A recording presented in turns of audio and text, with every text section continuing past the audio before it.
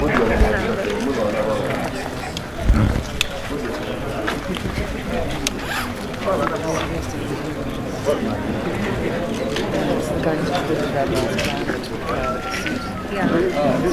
should bring at least a table.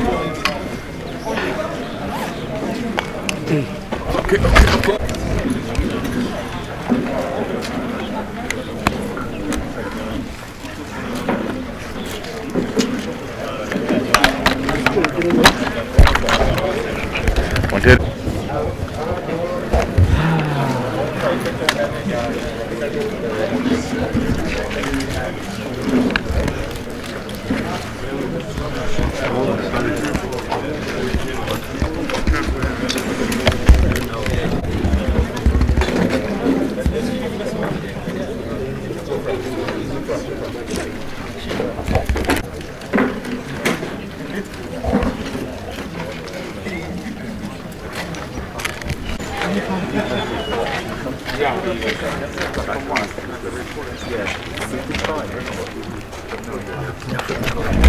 Never found out the boys one.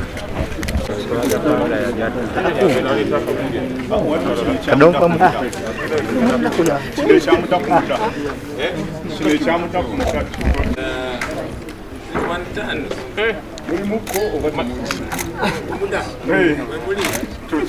So what did you want?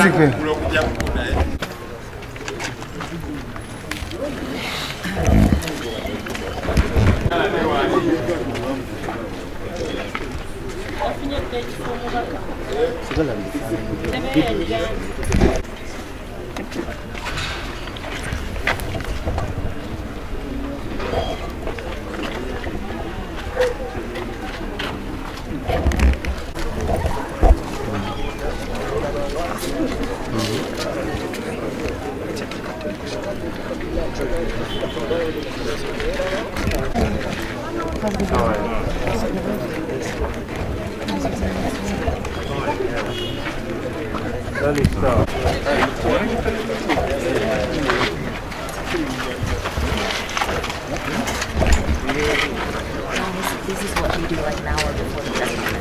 So when that's how we want to start. Sound right? Actually, the ones that are down. Which was this? You sound okay? Card waste, everyone.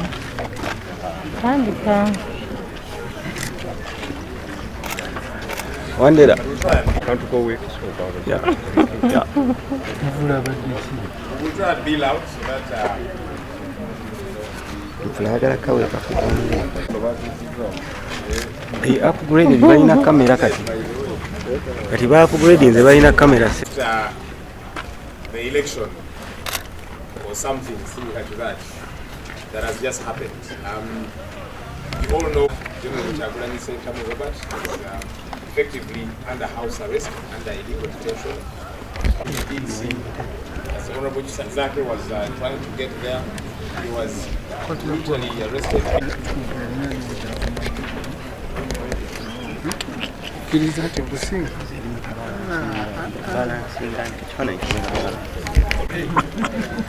I'm now honorable. For the first time being addressed as a remand center. Perhaps his crime was defeating Mr. Mu7 on the day he had elected as his crowning as an emperor. That was byonna bye tuyiseemu nga muli mabega waffe nga bwe muzze mulaba ensonga eziri mu ggwanga lyaffe za byafaayo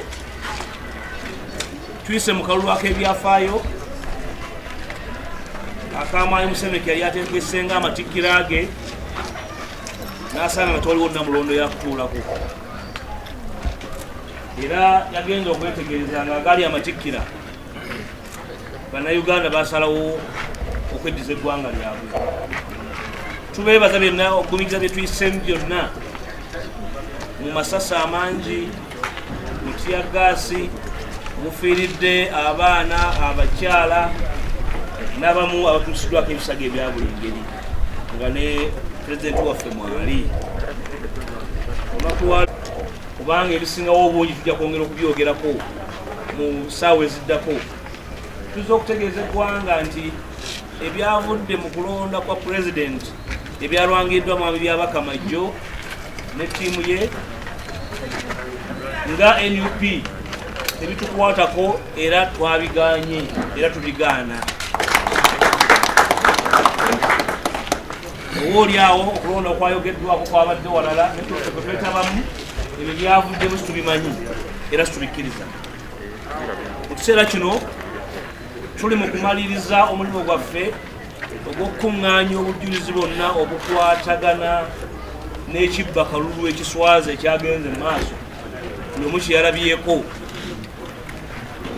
Twongere okutegeeza eggwanga ebyabaddewo ate tutegeeze bannayuganda ekiddako, kubanga tukkiriza nti mwami Museveni ne mwami byabakama si be balina obuyinza bw'eggwanga lino. Obuyinza n'amaanyi g'eggwanga lino gali mu bannansi abasazeewo okulonda president candidate wa NUP. Honorable Kyagulanyi Ssentamu president waffe yasibiddwa mu maka ge, tasobola kutuukibwako muntu yenna okuggyako ab'okwerinda ababuka ekikomera kye. Twali asobola mutwalira kyakulya, takkirizibwa kufuluma yadde kugenda okugula ekibiriiti. N'olwekyo eyo embeera mwali. Tusaba nga NUP abo abali mu kukuulya Honorable Kyagulanyi amusibidde wakaawe okuta Kyagulanyi mu bwangu ddala. Bw'aba alina omusango gwe yaziza gwe mumanyi, kooti nzigule era twebuuza lwaki mumutwalayo. Ekirala, mu kiseera kino ffe tumanyi Honorable Kyagulanyi gye twatambulidde n'ebyo obujulizi bwe tulina nti bannayuganda baamuwa obululu era yawangula nga president. Okusibira omuntu owawangula ewaka ne mumusiba nga temwogedde nansonga lwaki mumusibidde ewaka, ffe nga ba NUP tubawaddeyo ssaawa busaawa ekyo mukiviireko ddala, kubanga ebinaakivaamu bijja kuba bisibu. Nti tumaliriza enteekateeka yaffe ey'okusunsula obulunga bwe bwabadde. Empapula ezisinga ezalondeddwako tuzikuŋŋaanyiza, neera gye mutambulira mulaba nga amagye n'ebitongole bikuumaddembe biri mu kunoonya empapula okwalangirwa Honorable Kyagulanyi ku buli district, era waliwo abantu baffe be bagenze bakwata nga banoonya empapula ezo. Twagala kubategeeza nti ne bwe munaakwata empapula tetuli bakapere era tubirina ebyavudde mu kulonda ku buli district, mukola kyabwereere okujjako ng'ensi Uganda gye musenguddewo. Twagala okusaba bannayuganda naddala abawagizi ba NUP okubategeeza nti amakubo gonna agasoboka okulaba nti obuwanguzi bwaffe busigalawo bwe mwakoze n'amaanyi ge mwataddemu tegajolongobwa, tugenda kukikola kuba tulina obusobozi obukikola. Olwekyo mbeere bamalirivu, abakakkamu nga bamalirivu. NUP ne bannayuganda mwenna ti sabbiiti ejja kwe kulonda kwa gavumenti ez'ebitundu, bameya b'ebibuga ne baservers district.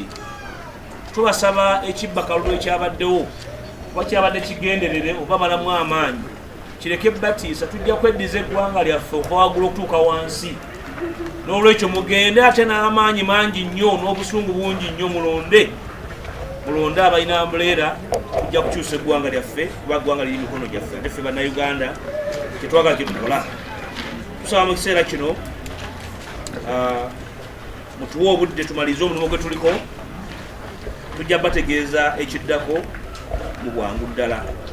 Ekisembayo olunaku lwajjo nga mwami byabakama alangiridde mwami Museveni nti yawangudde, twalinidde ab'NRM okujaganya ndoza babadde bagenze mu buwaŋŋanguse, twabalabye naye twalabye abakuumaddembe nga mufo ky'okujaganya ate bo beekalakaasa, bakuba amasasi mu bbanga ne tiya gaasi ne basawo ne kafyu okuva ku ssaawa 12. Kyetwebuuza oba bakuumaddembe beekalakaasa, ne twagala okubawa amagezi nga NUP nti abasajja n'abakazi abambadde yunifoomu y'eggwanga mulekeraawo akajjanja n'olugezigezi n'okutyobola eddembe ly'obuntu. Tufunye alipoota gye bassa abantu mu budde obw'olweggulo kubanga babasanze batambula mu kabuga k'ekinooni ku luguudo lw'Embalala basseewo omukyala n'omwana we amasasi gabasanze waka kubanga bakuumaddembe baadde bajaganya oba okubba akalulu oba beekalakaasa okubba akalulu situmanyi mu kibuga kya Nnyendo mu kibuga Masaka bakubye abantu amasasi tunakumanya muwendo naye tukyafuna n'alipoota endala baagala kusaba bakuumaddembe mukkirize Mu7 agende temugenda naye kuba temumanyi gy'alaga mulekere bannayuganda eddembe basalawo ebiseera byabwe eby'omu maaso.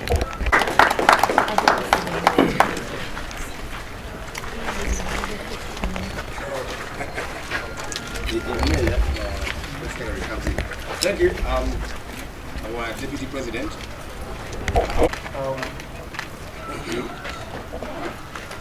Honorable Matthias Fuga. Fair and square is a good. We know that NUP has swept, so to use the word, NUP has been able to get in this election. Thank you.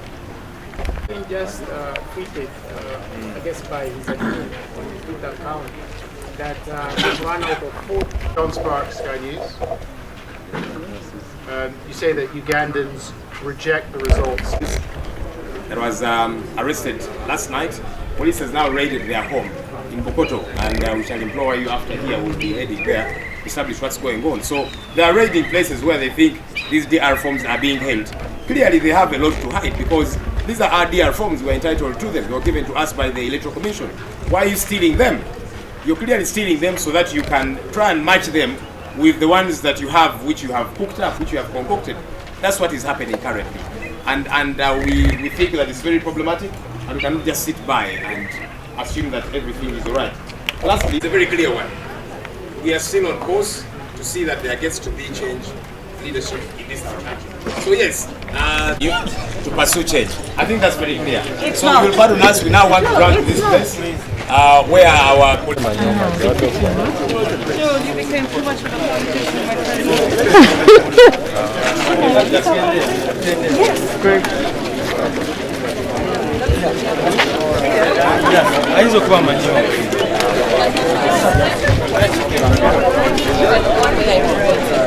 my we just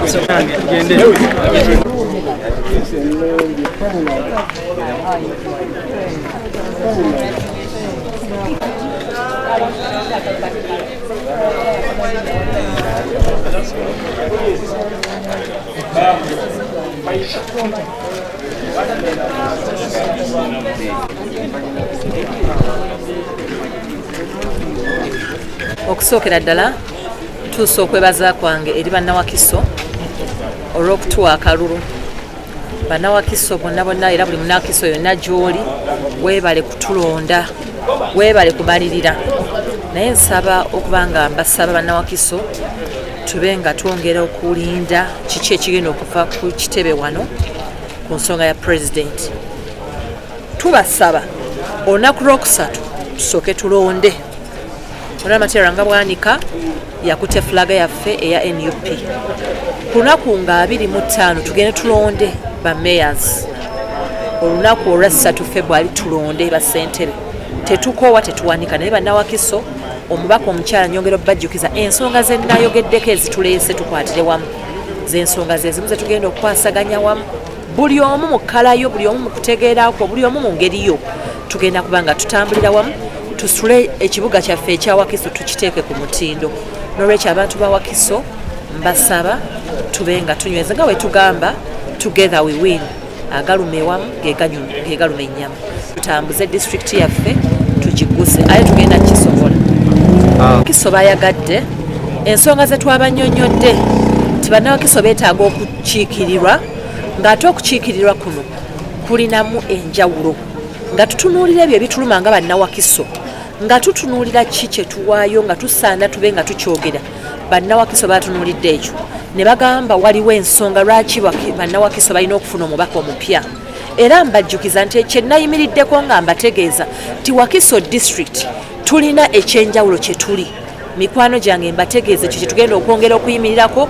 Essaawa eno mwasazeewo era ne mugana Nalwima abe nga atukwasaganya kyekimu kyenkyaliko mbasaba tukolere wamu era buli we naabayitanga buli we naabategeeza nga tulina ensonga gye tulina okwogerako nga bannawakiso gye tuba tunyweza mbategeeza nti ensonga zino tuzitunuulidde era tuzeetaaga tulage ekibuga ekisinga abantu obungi mu Uganda ate tulage ekyo bannayuganda kye basinziirako ne baba nga nabo babaako kye bafuna kubanga ffe tuba nga tulina kye tukuteeka mu ggwanika nga bannamba 2 kitegeeza bannayuganda bangi abafuna mu Wakiso n'olwekyo z'amaanyi mwandaze essanyu mwandaze obukwagala kwe tuba tuyimirirako tutambuze disitulikiti eno ngenda kuba mbatuukako naye tusooke tugende tulonde abo abakulembeze abagenda okunyambako tube nga tutambuza disitulikiti eno eyo yawamu eya Wakiso kubanga abakulembeze ab'ebitundu bino bye tukyalina okulonda bituyamba kinene nnyo okutambuza emirimu naye